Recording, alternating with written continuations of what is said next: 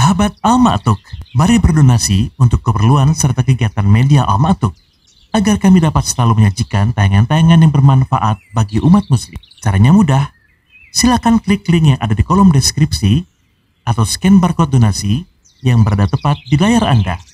Jazakumullah khairan wa barakallahu fikum.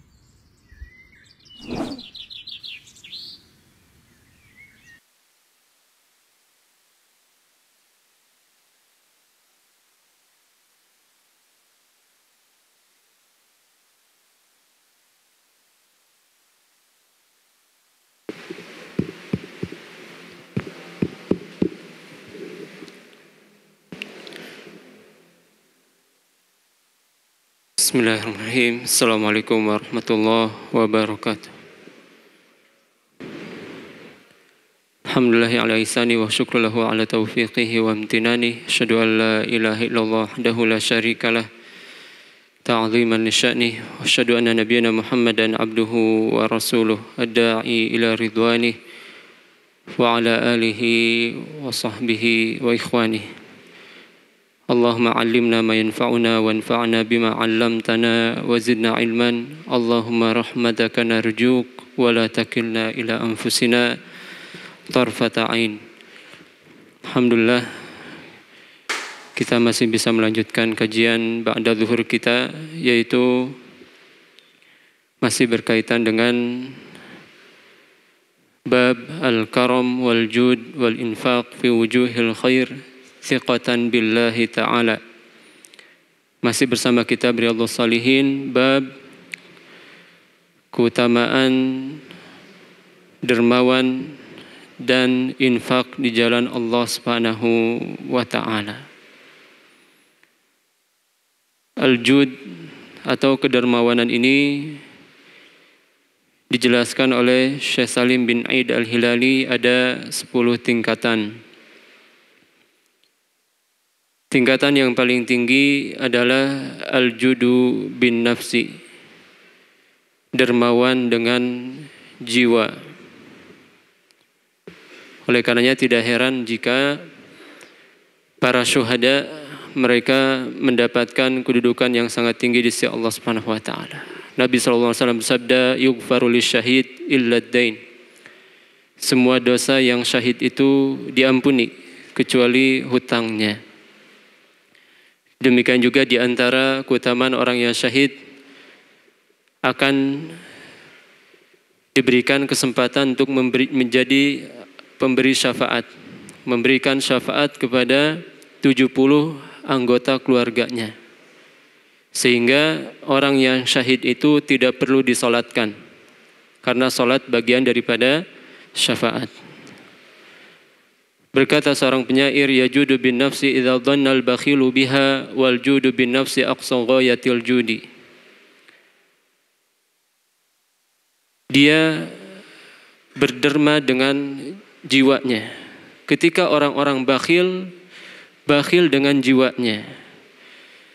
Dan kedermawanan dengan jiwa itu tingkatan kedermawanan yang paling tinggi.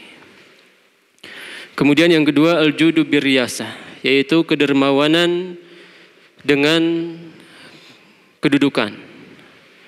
Dia rela mengorbankan kedudukannya untuk kepentingan orang lain. Ya, ini juga di antara bentuk kedermawanan yang tinggi. Kemudian yang ketiga yaitu kedermawanan birahatihi wa rafahiyatihi. Dengan waktu istirahatnya, dengan kesempatan dia untuk bersenang-senang. Sebagaimana seorang penyair berkata, mutayyamun bin nadi law qala sa'iluhu habli jami'a kara'ani ainaika lam yanam. Dia akan berbahagia ketika ada orang yang mengatakan, berikan semua kesempatan matamu, berikan semua mimpi matamu, sehingga dia tidak tidur demi memenuhi panggilan orang tersebut. Jadi ada orang yang dermanya itu dengan waktu istirahat. Harusnya dia istirahat, dia dermawan dari waktu istirahat. Kemudian yang keempat, al-judu bil ilmi wa badlihi. Dermawan dengan ilmu yang dimilikinya. Ya, dan tentu yang terbaik adalah ketika seorang mengajar atau memberikan pengajian tanpa ditarif. Berkata Abul Aliyah, "Alim majjanan kama ulimta majjanan." Ajarkan orang lain dengan gratis bagaimana engkau mendapatkan ilmu dari orang lain gratis. Maka yang terbaik adalah kita tidak berikan tarif. Dan tentu yang lebih baik kalau kita tidak butuh. Seperti Syekh Abdul Muhsin Al-Abbad, beliau semasa mengajarnya puluhan tahun tidak pernah mengambil 1 real pun dari gajinya di Masjid Nabawi. Subhanallah. Ya, ini al-jud bil ilm. Tapi bukan berarti kita mengambil ujroh dari pengajaran kita, terlarang, tidak. Tapi yang terlarang adalah kalau kita jadikan itu sebagai patok ajaran kita. Ada sebagian dai diceritakan ketika dihubungi, "Ustaz, bisa mengisi tidak? Berapa ujrohnya?" "Sekian." Kata panitianya, "Bisa enggak Ustaz kalau sekian?" Kata dai masyhur itu, "Bisa, tapi paling 5 menit saja." Akhirnya dia datang ngisi pengajian, benar 5 menit, tutup, pulang. Subhanallah. Berarti dia memberikan ilmu itu sesuai kadar ratibnya, dan ini tentu tercela. Kemudian kedermawanan yang kelima yaitu al-judu bin naf'i wal jah.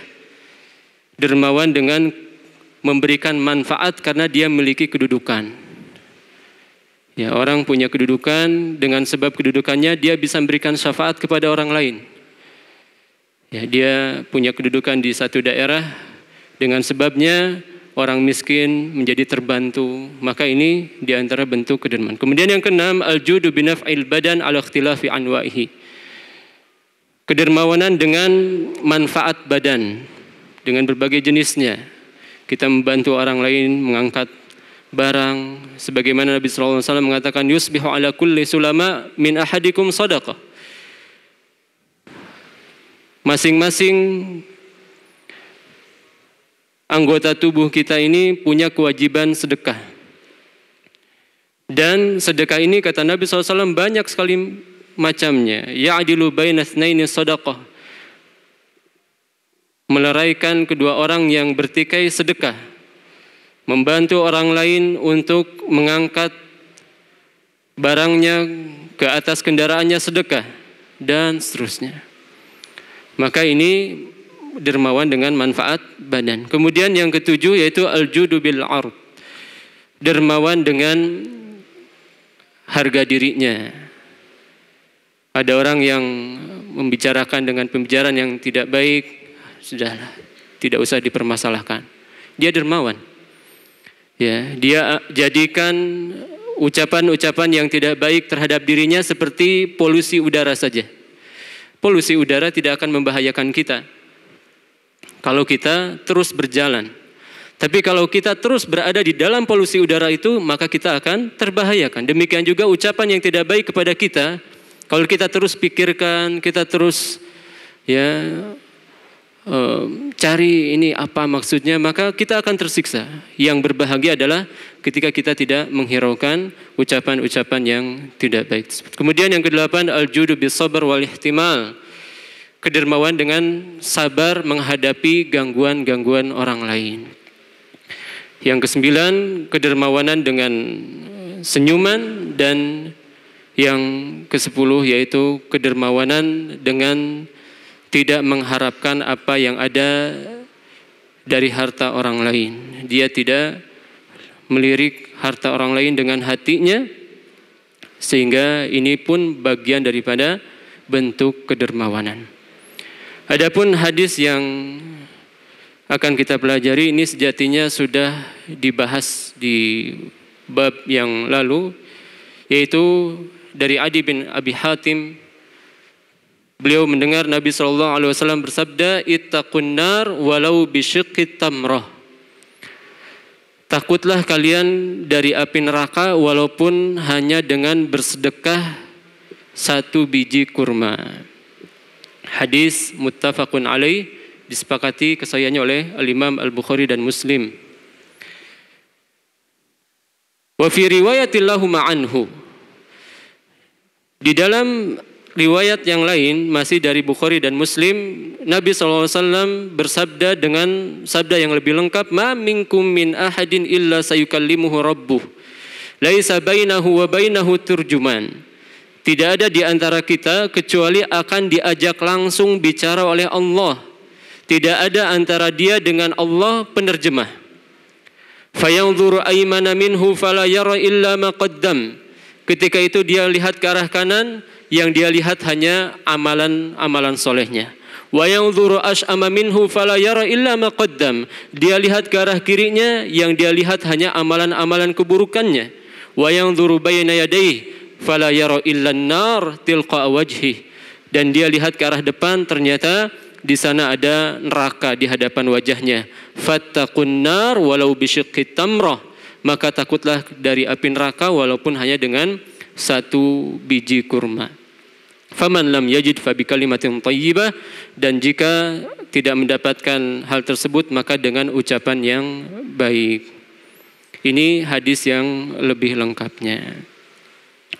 Ini kalau bahasa sekarangnya mungkin tidak mesti dengan kurma ya. Kalau kita sulit dengan kurma, bertakwalah kepada Allah walaupun hanya dengan 1 biji gorengan. Bertakwalah kepada Allah walaupun hanya dengan 1 buah cilok. Ya, dan yang lainnya. Intinya dengan hal-hal yang sepele, hal-hal yang menurut orang itu tidak berharga, maka kita bisa melindungi diri kita dari neraka dengan hal-hal yang sepele tersebut. Oleh karena Nabi SAW pernah mengatakan bahwa idza tabakhta, jika engkau memasak, fa'akthir ma'aha, maka perbanyak kuahnya. Ya, ini menunjukkan kepada kita bahwa kita jangan pasrah dengan keadaan. Walaupun sedekahnya, walaupun memberi hadiahnya hanya dengan kuah daging. Ya, jadi kita masak daging, perbanyak kuahnya itu yang dibagikan. Ya, namun tentu ini bukan berarti ya disyariatkannya hanya beri kuahnya, tidak, tapi maksudnya adalah kita jangan pasrah dengan keadaan. Ya. Mudah-mudahan bermanfaat, mudah-mudahan kita semua menjadi orang yang dilindungi oleh Allah Subhanahu wa taala dari api neraka dan diberikan kesempatan untuk bersedekah sehingga sedekah itu akan melindungi diri kita dari api neraka. Wassallallahu ala nabiyina Muhammad wa akhir da'wana anil hamdulillahirabbil alamin. Subhanakallahumma bihamdik asyhadu an la ilaha illa anta astaghfiruka wa atubu ilaik. Assalamualaikum warahmatullahi wabarakatuh.